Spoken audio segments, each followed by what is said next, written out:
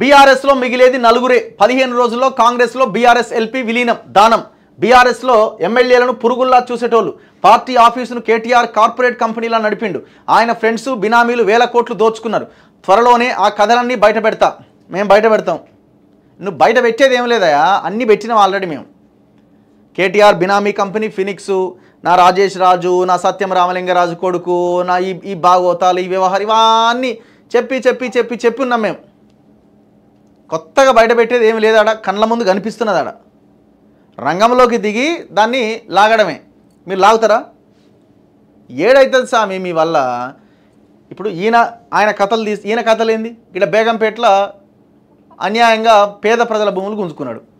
ఈయన మీద ప్రజాభవన్లో ఈయన పార్టీలోకి రాకముందు 100 కంప్లైంట్స్ వచ్చినాయి ఆడ. ఏది? దానం నాగేందర్ మీద కంప్లైంట్లు. ఈ మొన్నటిదాకా ఆనే ఉన్నాడు కదా ఈయన. మరి ఆ కథలన్నీ వాళ్ళు పడతా ఉంటే నువ్వు చూస్తూ ఉన్నావా? దొంగలతోని. ఇప్పుడు నువ్వు పార్టీ మారంగానే వీళ్ళు పార్టీలోకి రాగానే వాళ్ళు దొంగలయ్యారు, వీళ్ళు మంచి వాళ్ళు అయ్యారు. మళ్ళీ వీళ్ళు అయిపోగానే వీళ్ళు కొంచెం అటు ఇటు కానీ ఇంకో దాంట్లోకి పోతాడు, మళ్ళీ వీళ్ళు దొంగలు అవుతారు.